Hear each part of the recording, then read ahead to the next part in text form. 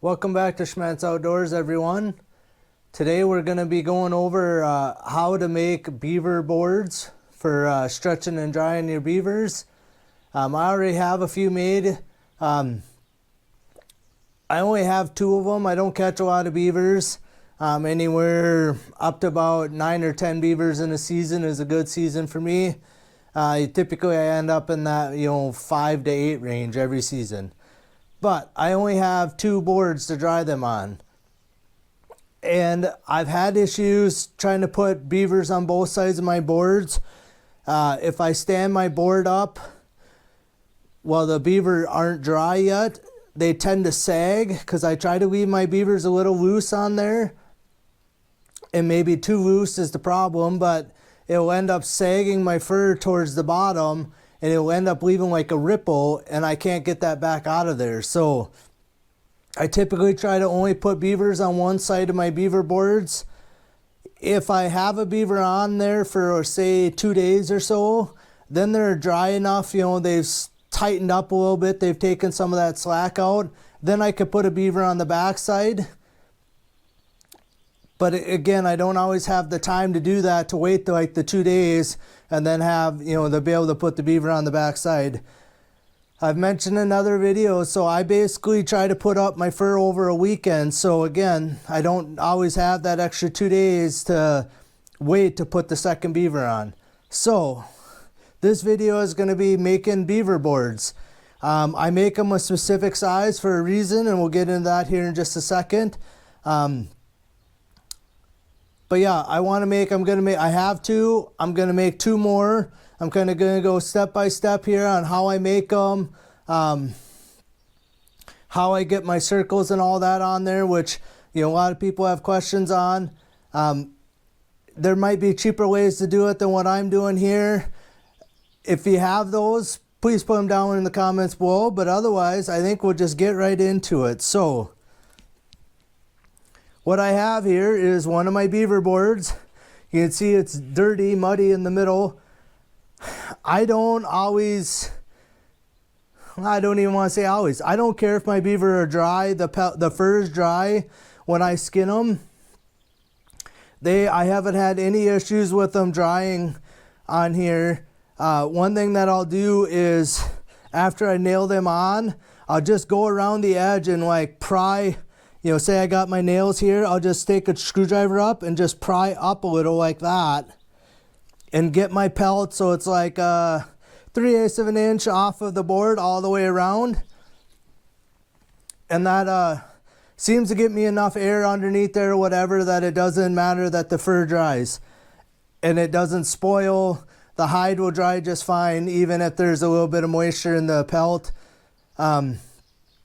When I'm fleshing my beaver, typically it will, wring some of the water out of the pelt as I'm fleshing them. Just from you pushing on your beam or whatever, I get water that runs off of them every time. So again, in the mud, I try to get them as clean as I can at this time I catch them. I must have had a little bit muddier one that I put on here. I take an air hose and blow them off once I take them off of my boards. Before I ship them like to the auction or sell them to a fur buyer, I'll just take an air hose and kind of blow on them. And it kind of fluffs the fur back up, but it'll blow all that dirt out of there too once it's dry. So I don't worry too much about them being wet when I put them on the board. All right, so this board is 4 feet wide by just under 32 inches wide. And there's a reason for that. And I have it sitting right here on the floor. So right here on the bottom, this is a 4x8 sheet of 3/4 inch thick plywood. So this is 3/4 of an inch thick. I want the thicker boards. 1/2 inch may work. I just don't know that it's going to last the way that 3/4 has for me. I don't want them warping at all. This 3/4 plywood has stayed nice and flat for me over the years. So what I have, 4 foot, well, it's 4 foot by 8 foot long. That's 96 inches. And it measures exactly 96 inches from one end to the other. What I'm going to do is I'm actually going to cut this into thirds. So 32 inches, 32 inches, 32 inches, and I lose the saw cut in the middle twice in here. So that's where I get my little bit under 32 inches measurement on there, is by the saw cut in there. With a board that's 4 foot by 32 inches, I pretty much can get every beaver I've ever caught except for one on these boards. And the only one that I couldn't fit on this board was the almost 72 pounder that I caught a few years ago. And I actually modified my table a little bit, and I put him on basically partly on the board and partly onto the side of my table. I added on an addition to the side of the table. And we're going to get into, now that I mentioned the table. So what I have is I have 3 of these boards already. 2 of them are marked up for putting beavers on. I have the markings on both sides. I don't know how well you'll be able to see them, but they're on that side too. So I can put them on either side of both of the boards that I have marked. But I have one board that's not marked at all, and I use it in my beaver table. I'm going to do a video coming up here on the beaver table itself, but I think we're going to go down and I'll show you what the table is and how I use these boards in the table. Real quick thing on that, and then we'll come back out here and we'll continue on with what we're doing. We're down in my basement now by my beaver table. I keep calling it my beaver table, but in reality I use it as a skinning table. We're going to go over a little bit how the beaver boards work in there, and that's it in this video. Again, I'm going to make a separate video on the table itself. It's FHA's beaver table. They have plans right on their thing, but I modified them a little bit to work for my circumstances here. So this board is fairly clean. It only has 2 rows of holes. It's got a set of holes there and a set of holes here. What I ended up doing for that 72 pounder is I screwed on a 2x4 or 2x6 maybe it was on the side of this, so my beaver actually come out about this far and then went back in. And I kind of estimated the sizes based off of the biggest size that they recognize. Because if I'd have done it on the biggest thing here, I literally could have pulled it like 8-10 inches up in the middle. It was that loose on here. So what I did is I extended it out and then dried it that way. On the bottom side of this board, I do not have the markings on there. A few years ago, I added these markings, and I only ended up putting that one beaver on there. So this beaver, none of these markings were here except for this outside one. And what I did a couple years ago to get the last of my beaver put up, what I did is I fleshed 3 beavers. I put 2 on the 2 boards I had, and when I was completely done doing all the rest of my fleshing and everything else, then I put the last beaver on here, and I just left him set on my table here. So this table, it has a lip, so it's plywood sides, and they come up to the top of my beaver board, and then there's a 2x on the inside that they set on. What that does is it makes it nice and easy. Like, this thing is rock solid. There's no wiggle in that thing, so I can pound my nails in real easy, and I don't have to worry about my board flopping or anything like that. So my table is 4 foot. On the inside of these sheets of plywood, the lips is 4 foot by 32 inches.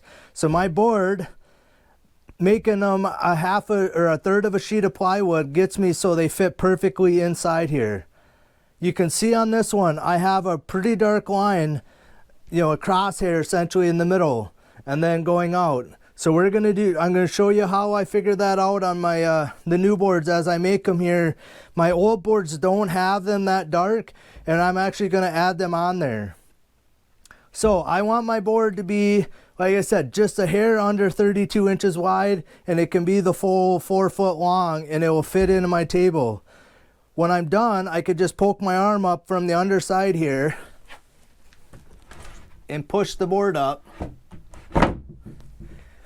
to get it out of here. The way this table is designed, I could actually put a beaver on the top, flip my board over, and the nails, there's nothing in the middle of this, so the nails won't hit my table at all, and then I could put a beaver on the back side.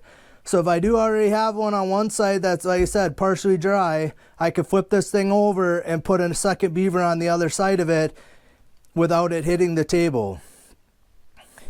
All right, back to the actual board themselves. Again, 32, 48, so they fit into my table real nice.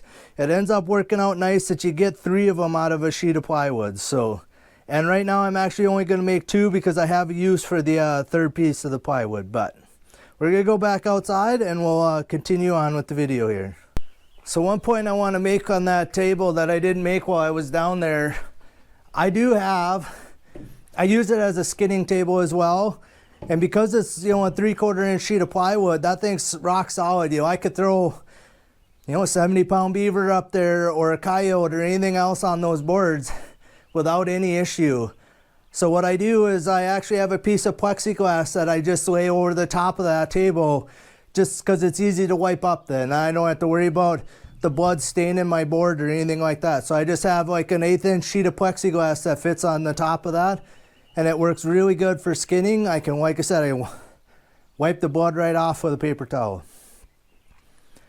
All right, so what we're gonna do here, so I got my board here. You can see right here, you can kind of see a pencil line, and it's right there, but it's very tough to see. So what we're actually gonna do is I'm gonna mark those a little bit more pronounced on the new ones, and I'm gonna actually update the 2 that I have to make sure they're really pronounced, and we'll get into that once I get that far. All right, so what I think I'm gonna do, I'm gonna take this off of there. So I just set this up so you guys can kind of see what it looks like, what it is, and then we're gonna get right into actually making it. So we're gonna shut you guys off, we'll get set up here, and I'll show you what I got going on. All right guys, so I'm set up here. Think I'm ready to go. We're going to explain a little of the setup I got going on here and why I'm doing it this way. Again, 4-foot by 8-foot sheet of plywood. I want to cut it into thirds roughly. So I want a 32-inch piece, 32-inch piece, and a 32-inch piece. You can make 3 beaver boards out of 1 sheet of plywood. Again, it's 3/4 thick plywood. So it's not, it's thick, it's heavy. It's not going to warp when you're putting beaver on there or anything like that. I have it setting on 4x4s. I don't know if you're going to be able to see them. Yeah, there you go. So there's 4x4 there and here. So I have one. So this is, what I did is I measured from the end and I marked, and that's actually 31 7/8. And I want to leave my line. So I'm going to try and cut just on this side of the line. So what I have is I have a 4x4 right here and one just on this side of my cut and another one on each side there. I just have one on this end and one on that end.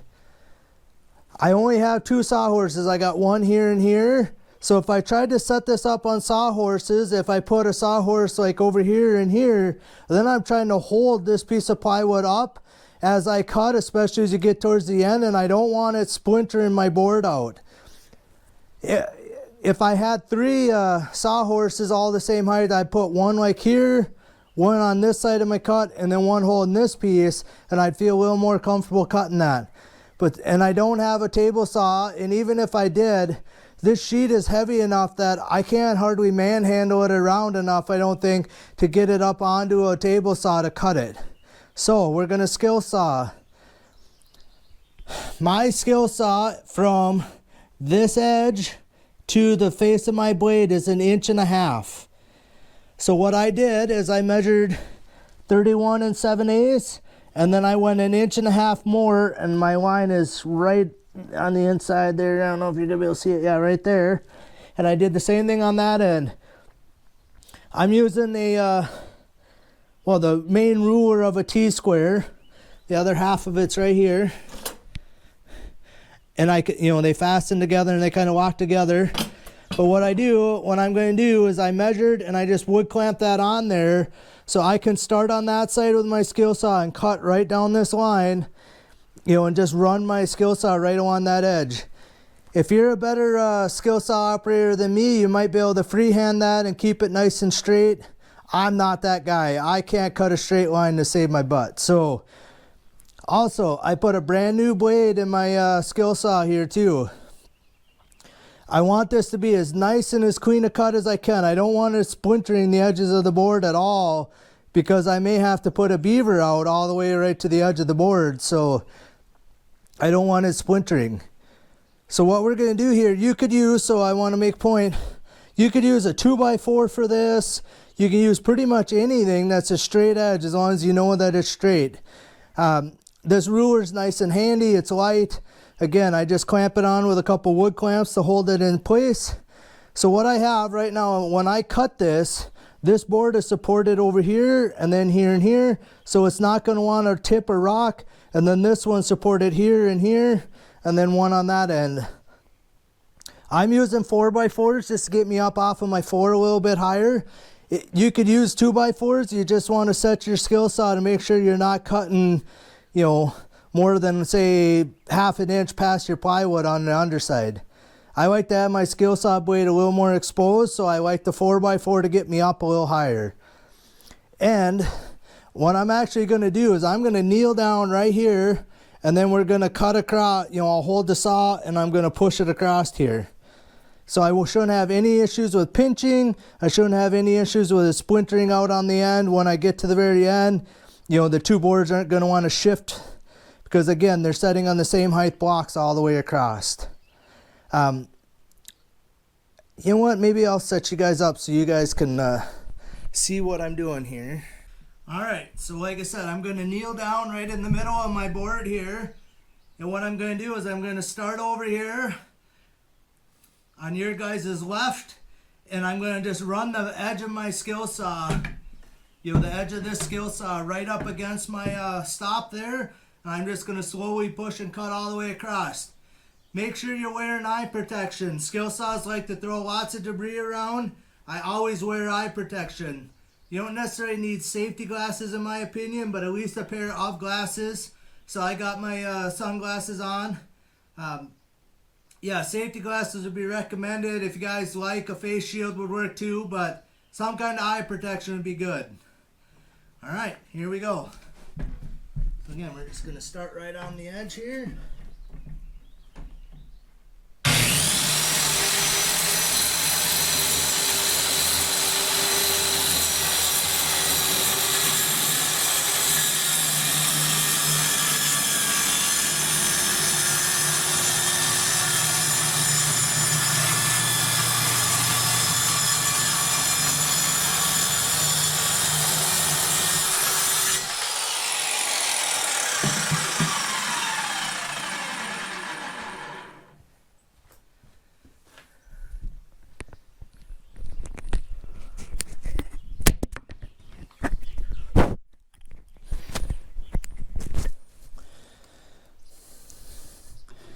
All right, so you guys can see that cut a nice straight edge all the way across. So, let me just show you the measurement. I'm about 31 7/8 there. And that extra 1/8 of an inch basically just giving me a little bit of freedom when I put it in my beaver board, that it'll actually fit down in there nice. You know, I don't want to have to like wedge it in there and then they might be tough to get back out. So I purposely cut it a little bit small. So what we're going to do, and I'm not going to do it on camera for you guys, but we'll take my clamp off. We'll measure from there, the same thing, 31 7/8. And you know, on both sides, draw my straight line, another 1.5 inches over, put my guide on there, and we'll cut this guy off. And once I get that done, we'll turn you guys back on. All right, everyone, so I got the second board cut. So this is my second board here. this is would have been the third board. So because I cut these a little bit narrower than 32 inches, I actually would need to trim off about 3/8 of an inch off of that guy to get me down to 31 7/8 inches wide. Again, if your table was exactly 32 inside, I don't want my boards made exactly 32 inches inside or to the width, right? Or you're gonna have a hard time getting them in and out of there. So I want that extra 1/8 of an inch of play. So again, if I was gonna make 3 boards out of this, the third one I would probably have to trim, like I said, it's gonna be roughly 3/8 of an inch off of there. But I'm only gonna make 2 beaver boards because I got another project for that board. So I got this board here and this one are going to be my 2 brand new beaver boards. What I did with the one, now I set them up on my sawhorses, so we're working as a nice bench here. And what I did is I measured the width of my board. I went exactly halfway in between, which is 15 and 15/16 is the center, and I put a mark there. I measured off of that side over, so I want to measure out the exact same side and over. I don't care what your measurement is. If you want to go exactly 16, that would work too, but you want to make sure you're measuring it off of the same side, so then I know my line is going to be parallel to that edge over there. I also measured, my board is 4 foot this way, exactly 4 feet. I measured from here to right here, exactly 24 inches. And right there's my mark right here. So what we're going to do is I'm going to line up my straight edge. I want to make a crosshairs on here because any of the beaver marking templates you get, whether it's the one that I'm going to use here or like originally I had gotten a paper one from NAFA that you like cut one ring off, mark all your boards, all the sides, cut another ring off and so on. The paper one worked good. I still have it somewhere. I just don't know right off the top of my head where it's at, or I'd have showed you guys. But the way all the markings work is you do 1/4 of the board each time. So essentially I need to have a crosshairs in the middle. So when you're marking the rings on here, you mark all the rings on this side, and then you would put your template over there, mark that side, mark that one, and mark that one. So you actually end up marking like 4 times on each side of each board because the templates are typically like this. So this is the template from Top Watch Stretchers. We'll give them a shout out. I really like this template. So what he has is he has figured out from, again, this is the center of your board, and then this is your first ring, second ring, so on. So he didn't have to make his board quite as wide. These are the finish of these 2 rings as they go. You know, essentially this little piece would be right here, and then this section and this section would be out here. That gets to be a little bit of pain with these, but it actually isn't that bad once you get going. So again, this template's only going to do 1/4 of the board. So it's actually going to be over here somewhere. And again, you can see it doesn't quite line up with the edge of the board. I don't know why he made them that way instead of just making it wide enough to get both of these out here, but he did. So I need to have the center point, and I want my lines running across so I can kind of set this up, you know, parallel to my line there and parallel to my line here to make sure it's setting square. And then once I get my lines on there, then we're ready to start marking the rings on there. And I'll show you how I use this template. Like I said, some of the other templates, you just, like the paper ones, you end up cutting like around the first edge. You mark that ring all the way around on all 4, both sides of the board, and all the boards you're doing, I would mark them all that way. Then cut off the next ring, follow the line, and then mark all 4 on this board. So essentially what you do is you go like that, you go like that, you go like that, and you go like that, right?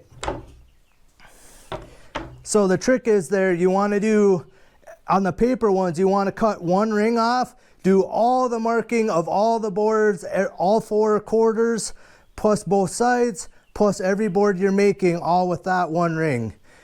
The way this one is, because it's wood, I can mark all the rings on 1/4 of it, then flip it, then mark all the rings. So that's kind of the benefit over a wood one like this. I know back in the day, NAFA actually gives some of these out at some of their meetups. I tried to get one once and they run out before I got there. So, or not before I got there, but before I realized that they're giving them away, they had run out of them. So there are other places other than Top Lot that sell them. They're out there. Like I said, everyone's kind of got their pros and cons. I figured out how to make this one work for me, and this is what I'm going to show you guys. The paper ones work good too. It's just you kind of limited, in my opinion, to only doing it that one time. Because once you cut each one of the rings off, it's very tough to get the ring. If you wanted to do boards in the future, it's very tough to get that paper laid out again to in the right spot to mark both sides of that paper and to hold it down at the same time. That's where the wood one, like I said, once you have it kind of where you want it, what I'm going to do is I actually just going to put a wood clamp, you know, like here and here, just to hold it in place so I can video you guys. If off video, I probably won't be clamping it. I'll just essentially just put my weight in the middle of it and mark them. But all right, so before we need that, like I said, I'm gonna show you marking one side, one board, and I probably won't even show you the whole thing here, but I'm gonna draw my line across this way and across that way, and then I'll turn you guys back on. All right guys, so we're ready to put the lines on the ovals onto my board. And I want to kind of make a point of that. It is ovals and not circles. So I threw up my existing board here. So let's see here. For example, the inside oval here, from there, it's 19 inches that way. But if I measure this direction, it's a little over 23. It might probably supposed to be exactly 23, but so it's only 19 side to side, but it's 19 that way, 23 this way, right? So they're all ovals. But I wanted to throw this back up there.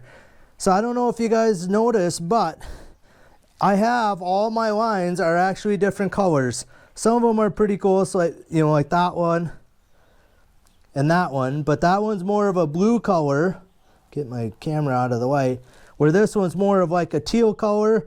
This is green. We got kind of a red, a pink line, a purple line, and kind of a fuchsia line. So what I use, there's a reason why I do this before I get into what I use. So when I'm putting my beaver on this board, you can see all the rows of nails, all the holes. I probably use this green line the most out of any of them. That typically is like a 2-year-old beaver for me. It's somewhere between this pink line and the green line. Like on this board, the fuchsia line out here, I've only ever used one time. Because you can see my holes are about every inch apart. When I nail my beaver on, that's how I nail them on, about every inch apart. Okay, the different colors and lines. I got the idea from a YouTube video called Boss of the Swamp, back when he did a lot of trapping videos. So he had a color system like this, and he had figured out for the beavers that he was catching, he measured the length of the beaver before he went to nail them on. So a fleshed beaver hanging from the nose, he had measured them nose to the butt, and he had his own little formula that a beaver that's hanging, say, 34 inches, well, that's a blue line beaver. If it hangs at 35 inches, well, that's a pink line beaver. And I'm just throwing numbers out there because I don't remember what his numbers were. I had wrote his whole setup down, and I had marked on my garage over there from when they were hanging loose all the measurements he did. But his measurements didn't quite work for the beavers in my area. But I do like still using the color setup. So I basically use more of a feel, go by feel setup when nailing my beavers on here. I want to leave some slack in the middle of my beaver. So if I have them nailed all the way around, I want to be able to grab and pull up like 4 inches in the middle and have that much slack in my beaver. By doing that, I don't get like the cracking up around like the front shoulders, like you're overstretching them. So I use kind of that feel, go by feel, to figure out how loose I want to leave them. I don't want to pull them perfectly tight or I'll get like splits, and I've actually had one tear years ago that I had pulled like tight when I nailed it on, and then when it went to dry it actually like tore the pelt, so, or cracked it, I guess. It didn't really tear it apart, but it made a big crack all the way across it.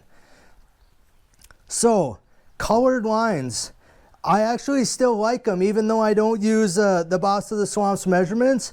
I like the colored lines because I know when I first start putting my beaver on, that's why I want my crosshairs on there, because I put one nail at the middle of his head, one in the middle of the tail, and then what I do is once I have those 2 in, I pull it tight sideways and I try to line up this line. It's hard to see on there, but it's there. So right here's the center of my board side to side. So I grab that pelt and I pull and I try to make sure I'm about the same tightness each way to that nail. And then I make sure I go, if I started on the teal line over here, I want to pull and put my nail on the teal line here.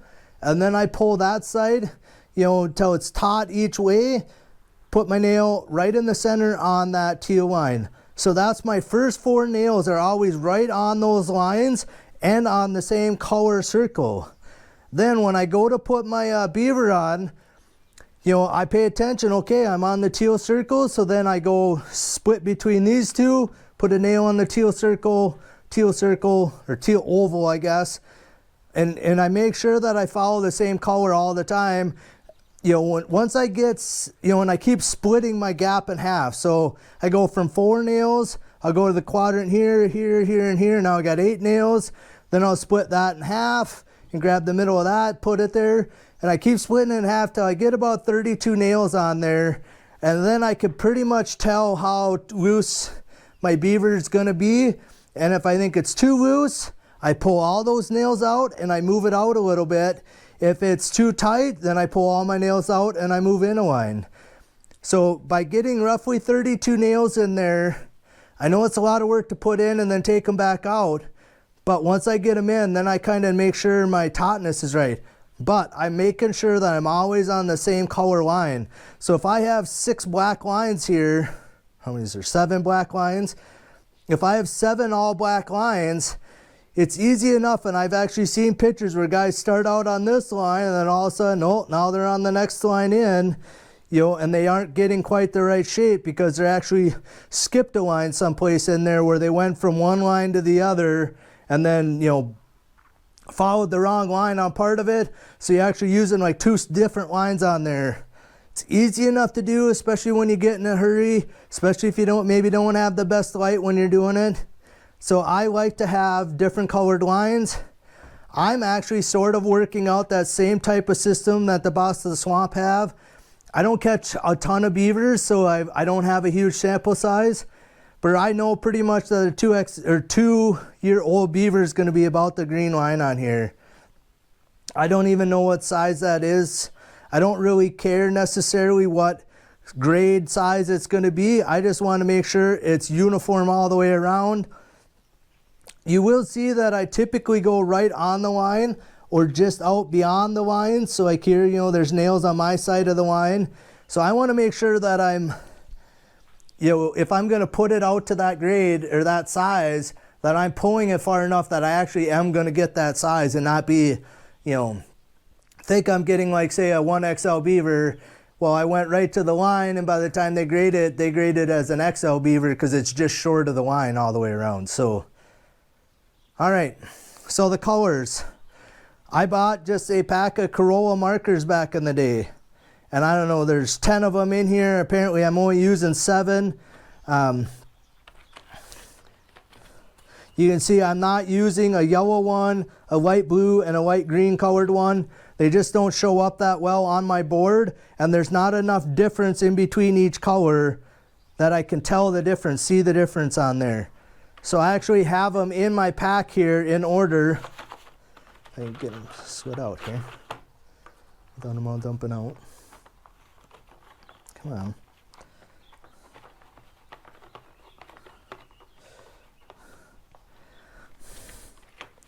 So I put them back in the box in the same order that the rings go.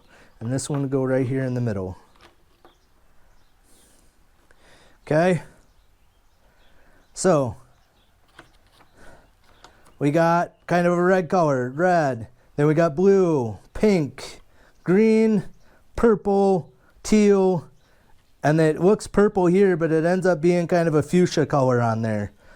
So when I'm marking my rings, I mark all my boards the same way. I'm going to use them all in that same order. And if I get this guy out, you could kind of see where my markers have actually bled onto, the colors onto here. But using this top watch stretchers, he's got roughly 1/4 inch slots on there. What I had to do with my marker, because this guy's about 1/4 inch thick, I had to actually like grind flats on the side of my marker so it'll actually get down. I don't want to mark on my board. So it'll actually go through my board far enough that my marker will actually mark on the underside. So I had to grind my marker a little bit on each side, and I kind of actually ground it to be just like precision fit in there, so that kind of helps me guide my marker around. All right, so we're gonna get cleaned up here just a little bit. Basically, I'm gonna show you probably only drawing about 1/4 of all the lines, and then I'll do the rest off camera here. But we'll get this board off of there, so we're on to the new one, and we'll get this kind of set up, and I'll kind of show you how I mark everything. We'll mark one quadrant, 1/4 of one board, and then we'll let you guys go. All right, so I'm set up here.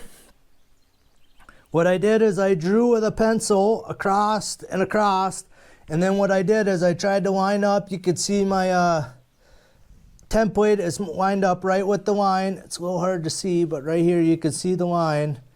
I'm lined up right perfectly on both sides. For the video, I'm gonna clamp it. And while I'm doing all these, I probably won't be clamping it. I'll just be holding it down. But I don't want to bump it with my camera and whatever and end up with it being off. All right, so this guy's fairly easy to use. Again, I have it on there.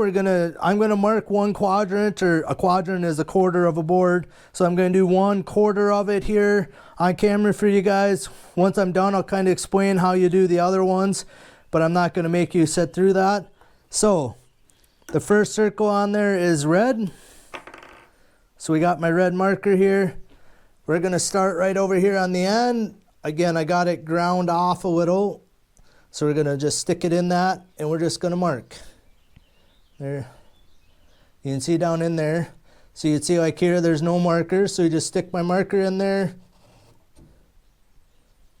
And now there's the red line in there. I typically try to go kind of back and forth a couple times in each one, just to make sure I'm getting a nice bright line on there. Okay. Next color is blue. So we're going to start over here. Nice blue line down in there. Again, you can see there's no line.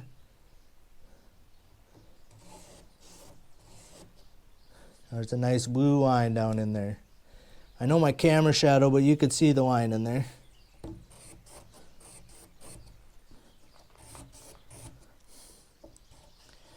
So the board I did down in my basement, I actually used this template on there 2 years ago when I actually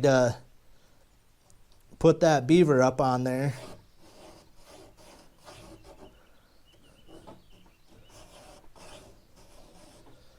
The pink marker isn't drawing as good as the others.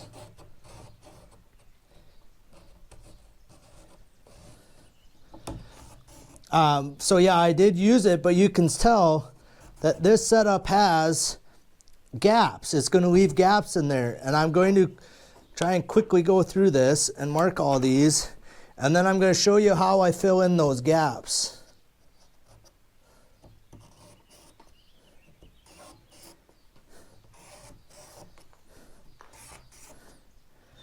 So again, I mean, you could go pretty quick here once you kind of get going. And if I wasn't filming, this would go a little bit quicker too. Okay.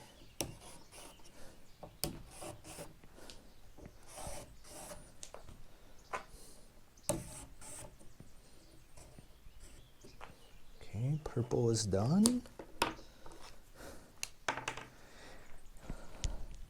And because I kind of had them laid out there as the colors go on here, it's making this a little easier, but also my there's color on my actual jig here, so that's also telling me what colors I need to be using. Okay, last one here. We're just about done. My purple put a nice line right in there. And a little on the end. All right, so like I said, these don't end up filling out the entire line. So what you do for those is you actually take your form board, so you can see all my lines there. And what you do is line this up right down in there. I want to make sure you guys could see what I'm seeing. So this line here and the ends of these two are going to line up with this line and the ends of these two. So what I'm doing is I'm kind of trying to line that up just like that. And I want to be lined up with my line along the edge here as well. And then you mark, finish marking the green one and this purple one. I'll mark that one right there and mark the ends of these two. But I'll do that off camera because I need one hand to hold my piece out here and the other hand to mark. So I'm not going to do that on camera. For the gaps in here, here's what I did. I'm only going to show you just one here. And then I'll show you how I did it and then each one. So on my thing here, it marks here and here. That's this mark and this mark. So what I did to try and fill in the gaps in between there is I tried to use one of the lines that's as close to the right kind of curve as the gap that I'm using. So I'm going to use this little longer one, and I'm actually going to line that up and I'm going to mark there. For this one here, I'm going to actually use like the middle one and kind of use the curve that sort of matches. So I'm going to line up that line, these two lines inside of this gap here, kind of the best I can. I'm hoping you guys could see that. So right here's the end of the one line, here's the other line. I have them so they're centered up in my gap there, and now I could put my marker in there and fill it in all the way across. Okay, now I'm going to go to kind of the next line here, so I'm looking in this one. I'm just trying to line that up. So do you have to do this? No, maybe not. But I like to have my line solid all the way between. So now you can kind of see where I filled those in. Now it made more of a solid line all the way across. So this is the next one. So again, I have my line there centered. This line is centered. We're going to go put my marker in there and fill that in. And then down here on the bottom, the last one here. All right, so there you go. You guys could see I filled in my entire line. I did draw over just a little right there, and that's actually good because you want to make sure when you go to the next quadrant that you can actually, your lines fill completely in. So what I'm going to do here, and I'm going to do it off camera so you guys don't have to watch. What I'm going to do, I'll go back and I'll fill in all the rest of these lines all the way across. And then what you do is you take your board. So I was on here like this. You take your board and you flip her over. And you line it up with your crosshairs there. So you're flush there, flush here. You know, get it lined up here. And then you fill in all this, all these lines, you draw them in. You could fill them in like I did or not. And then once you get all of these marked, then you flip your board over like this. And you draw all these. Then you flip your board over there and you draw all those. And you basically just keep doing that same process all the way until you get the full circles on both sides of your board. The only other thing that I'm going to do, and I'm not going to actually show you.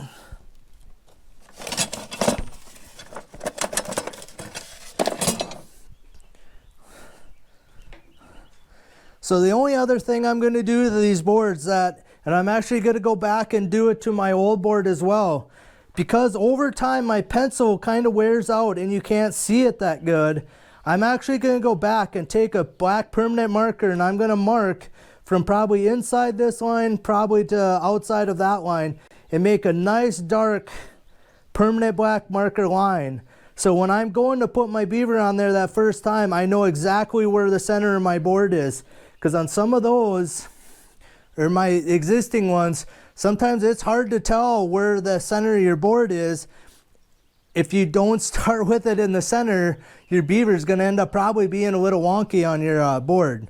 So I'm going to go right here, there, here, and on this one, and draw in with black permanent marker.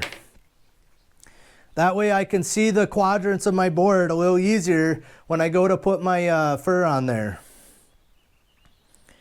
All right. So as far as using the template, all the templates sort of work in the same manner. You basically just follow the edge, mark your circles. Again, I like the different colors. My pink line didn't show up that good. I'll go back over that a little bit and see if I can't get that to fill in a little nicer, or I may end up using one of the other colors I have to do it. But yeah, like you could see, they're pretty vibrant. You know, these boards here were done almost 10 years ago. You know, and you could see those lines pretty easily on there. I mean, the lighting's not great, but you know, about the only one is that pink one is a little tougher to see on camera, at least. It's there. But you got red, blue, pink, green, purple, teal, and fuchsia. So I'll go around. I'm going to do this entire board. I'll do this whole side of this one board. We're going to flip the board over. We're going to do the exact same process on the bottom side of the board. We'll do the exact same process to both sides of that board, and then we'll be done. All right, guys, so there it is, all finished. So I even went back and sketched with a black permanent marker. Like I said, I marked the crosshairs in the middle. Not that that's terribly important. And then I marked the black out. My pink marker kind of gave up the ghost. It just didn't want to. So I actually switched to a yellow line. And then I just drew a pencil line in the middle of it. So yeah, I just want a different color there. We'll see how that yellow holds up. I may have to go back and, you know, draw with like a black permanent marker that line or something like that instead of the yellow. But for this one here, it will work. So yeah, like I said, nice all perfect ovals on there. I probably have maybe a half an hour into this drawing all the lines, but again, I go back in and fill in all the little gaps because I want nice full circles on there.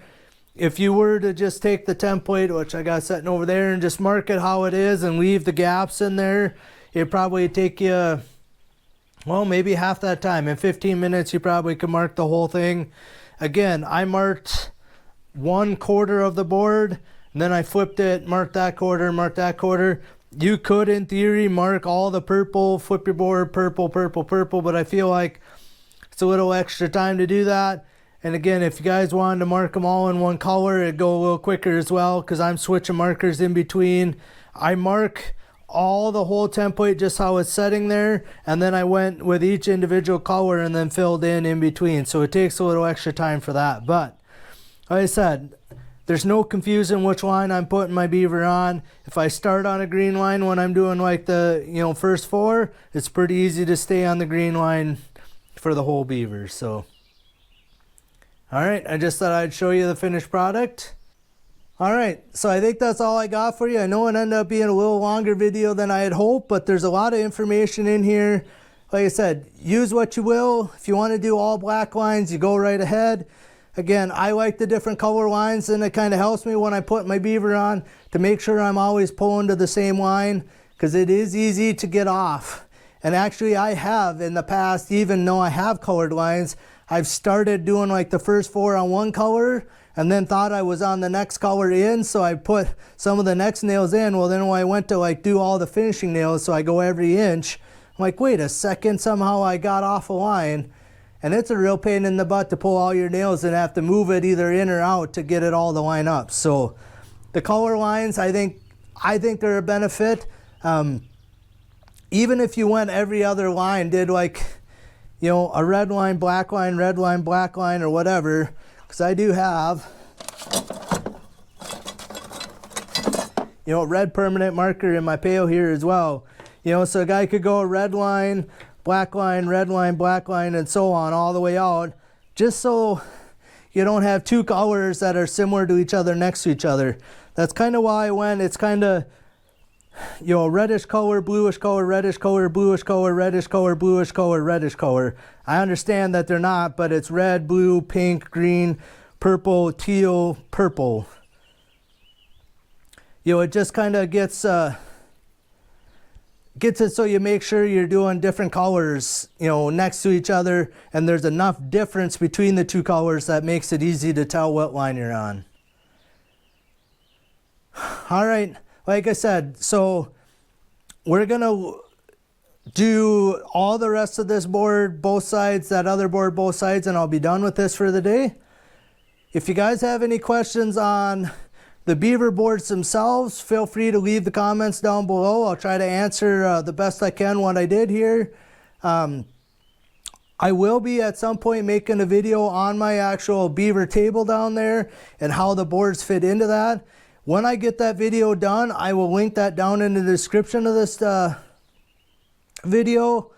Also linked in the description of this video when I get the video done is I did a video of all the different stretchers I use for all the different species. So that video will be linked down below as well. So you can go see what kind of stretchers I use for coyotes, fox, raccoons, skunks, badgers, the whole works. I went through every different type of stretcher. That video will be linked in the description below. So I encourage you guys to check those out. Like I said, I feel like there's some good information in there as well. Otherwise, I think that's all I got. If you have any other just general questions, leave them down below. Otherwise, thanks for watching. We'll see you on the next Schmattz Outdoors video.